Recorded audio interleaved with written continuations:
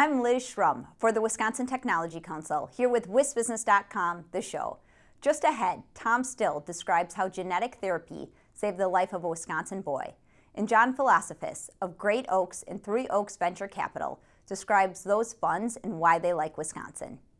And now, here's this week's Tech Metrics. These snapshots of key indicators in the Wisconsin economy are developed by the Wisconsin Technology Council for its policy and news reports.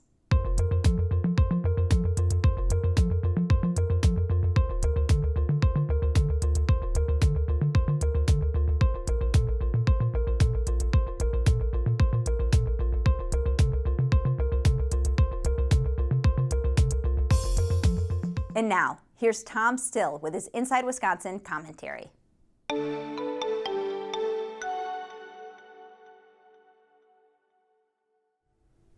Some scientists question whether the potential for personalized medicine, a term to describe diagnoses and cures based on the mapping of the human genome, is close to being met. The human genome was sequenced nearly 16 years ago amid much fanfare. However, as is often the case with scientific discovery, putting that breakthrough to work has been no small trick. Finding ways to harness what scientists know about human DNA, the body's genetic code that controls everything from eye color to disease tendencies, has proven to be difficult. One in a Billion, a book about the race to save a Monona boy's life by finding a needle in the haystack of his DNA, explains how that promise is slowly but surely being met. Written by two reporters at the Milwaukee Journal-Sentinel, One in a Billion charts the story of Nick Volker as he and his family worked with experts at the Children's Hospital of Wisconsin and the Medical College of Wisconsin.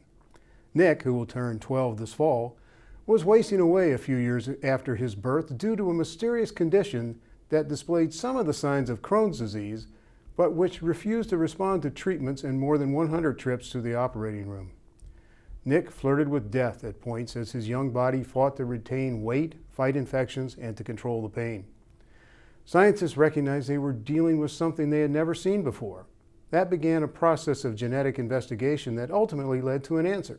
Nick was suffering from an extremely rare condition tied to a chromosomal error that caused his body to make the wrong kind of amino acid.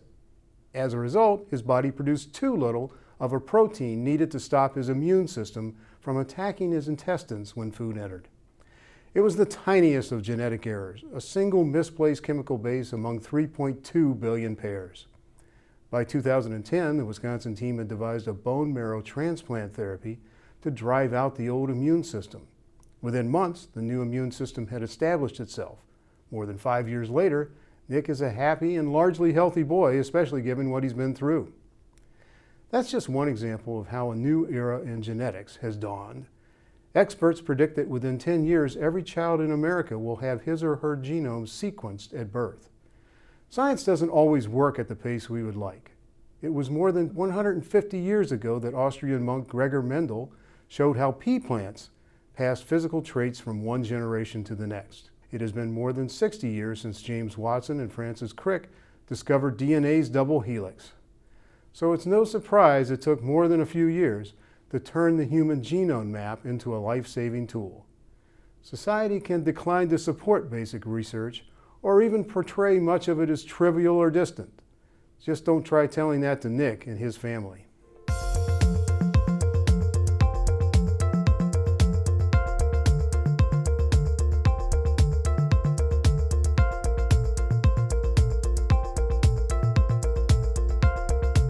We're back with John Philosophus, a principal in Great Oaks Venture Capital and Three Oaks Venture Capital. Welcome, John. Thank you, Liz. It's great to be here. Thanks for having me. Tell us about the relationship between Great Oaks Venture Capital, which is established, and Three Oaks Venture Capital, which is emerging.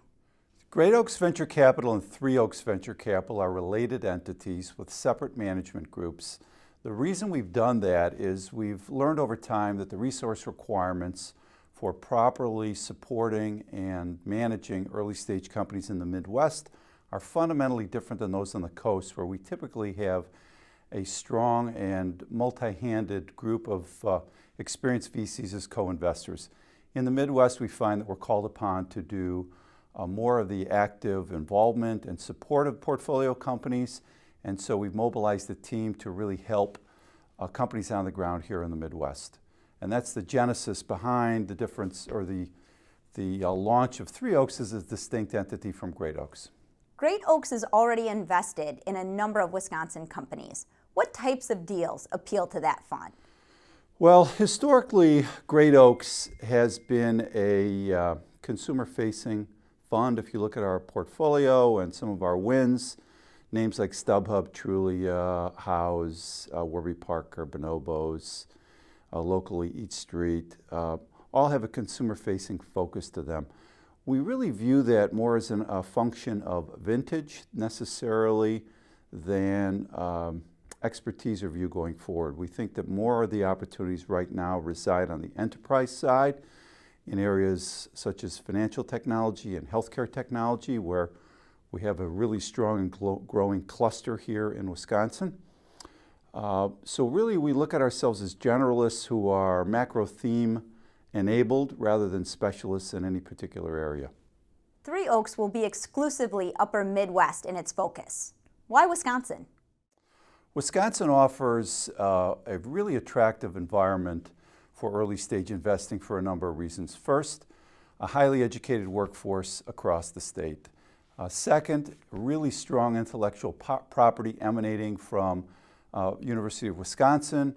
It's got one of the largest and most highly regarded computer science departments in the country. And if you look around the digital space nationally, clusters of early stage activity typically form around those schools.